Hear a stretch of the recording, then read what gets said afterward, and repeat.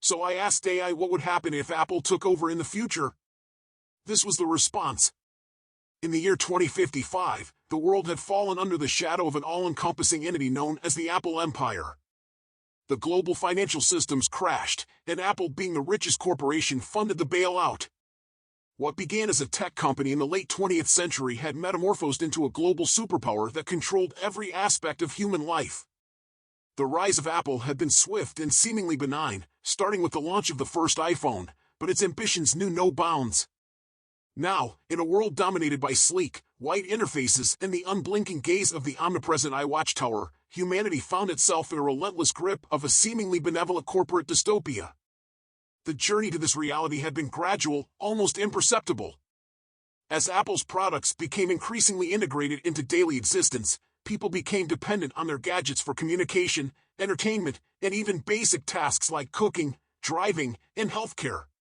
The seamless user experience had made it effortless to surrender control to the all-knowing Apple algorithms, which promised convenience and efficiency at every turn. The first major shift occurred when Apple launched its iHome series. These homes were equipped with AI-powered systems that learned their occupants' preferences and controlled every aspect of their lives. The iHome could adjust the temperature, lighting, and even the choice of music to match the occupants' moods. It was an enticing vision of a future where everything was tailored to perfection, but it came at a cost: the erosion of personal privacy. Apple knew when you woke up, when you went to sleep, and everything in between. There was no place to hide from the watchful eye of the iHome. Apple's dominance extended beyond the home. They had partnered with governments worldwide to develop iGovernment, a system that promised unparalleled efficiency in public services. The voting process had been streamlined, and decisions were made based on the data collected from citizens' Apple devices. It was marketed as the end of political corruption and inefficiency, but in reality, it was the end of democracy as people knew it.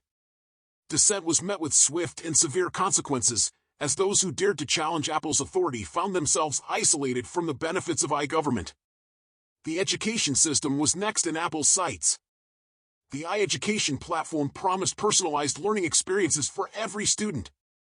It knew their strengths and weaknesses, adapting curriculum and teaching methods accordingly.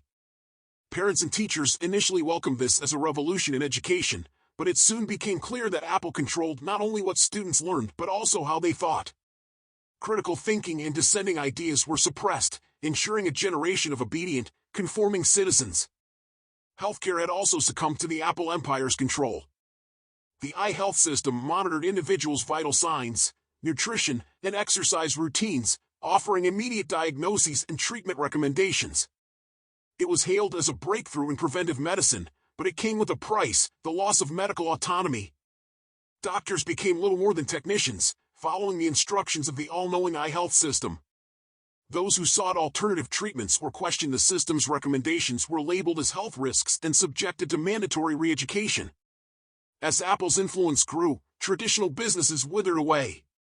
The Apple Store was no longer just a place to buy gadgets, it was a portal to a world of controlled consumption. Small businesses were pushed out of existence, and every purchase was subject to Apple's scrutiny. The company dictated not only what people bought but also what they ate, wore, and consumed for entertainment. The Apple Diet and Exercise Plan, based on an individual's health data, regulated their food choices, leading to a generation of physically healthy but mentally controlled citizens. The rise of the Apple Corporation had a profound impact on culture and creativity.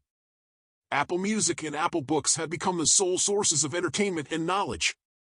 Independent artists and authors were relegated to the shadows as Apple's algorithms promoted only what aligned with the company's values and interests. The pursuit of art, music, and literature that challenged the status quo was silenced, and creative expression became synonymous with compliance. In this dystopian world, dissenters who sought to break free from Apple's grip formed underground resistance groups. They communicated in secret, using encrypted VPN devices that were free from Apple's surveillance. These rebels longed for a world where personal freedom and autonomy were once again cherished values, where humans made their own choices and shaped their destinies. As the years passed, the Apple empire's power seemed unassailable. People had grown accustomed to the convenience and predictability of their lives under Apple's rule. Yet, there were cracks in the facade. Some began to question whether a life of total convenience was worth the loss of freedom, creativity, and individuality. The turning point came where a brilliant hacker named Sam Sings managed to breach Apple's heavily fortified servers. She uncovered evidence of the company's plans to further tighten its grip on humanity by developing mind-controlling technology.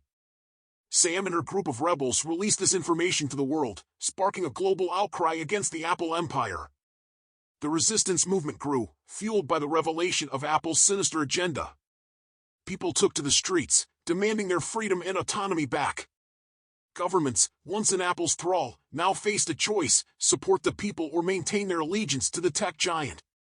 The world teetered on the brink of a revolution. In the end, Apple was too big to fail. The humans crumbled under the weight of its own foolish ambition, and the world began to fall into the Age. It was a long and arduous process, but humanity was simply too late and surrendered too much power and control, all for the promise of convenience and efficiency. That's all. Subscribe for more.